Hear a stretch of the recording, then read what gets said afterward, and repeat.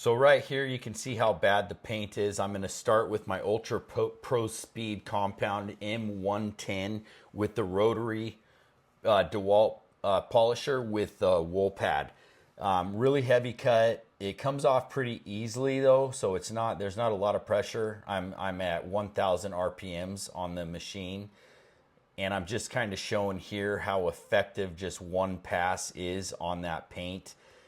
It's really, really embedded. There's a lot of stuff that's in there. I'm showing right here where some tree sap got on there and it kind of etched through the paint. I try and tell people don't use wet or dry sanding on cars unless you absolutely have to. I think wet and dry sanding should be for show cars only.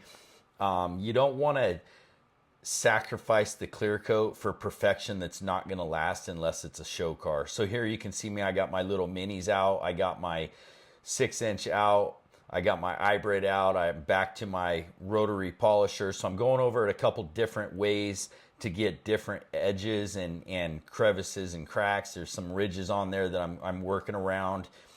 It really did clean up very, very well. This is the polishing stage where I'm using the Sonax Profile Line Perfected Finish 4.6. I got my mini, I got my 6-inch, and I got my hybrid, and I'm using the yellow foam pad, the DA Course yellow foam pad to polish it out.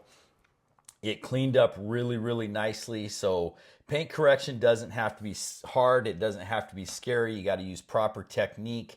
On my long form video, you'll see that I corrected the paint with very minimum amount of holograms, and I think that's one of the things that a lot of detailers get wrong is the method that they're using isn't very good because they leave a lot of holograms, and that just means there's more work to do when it comes to polishing. So here you can see it cleaned up very nicely. It's that's the prep, just taking off all the greasiness from the polishing, and you're seeing the before and after, and it cleaned up very, very nice.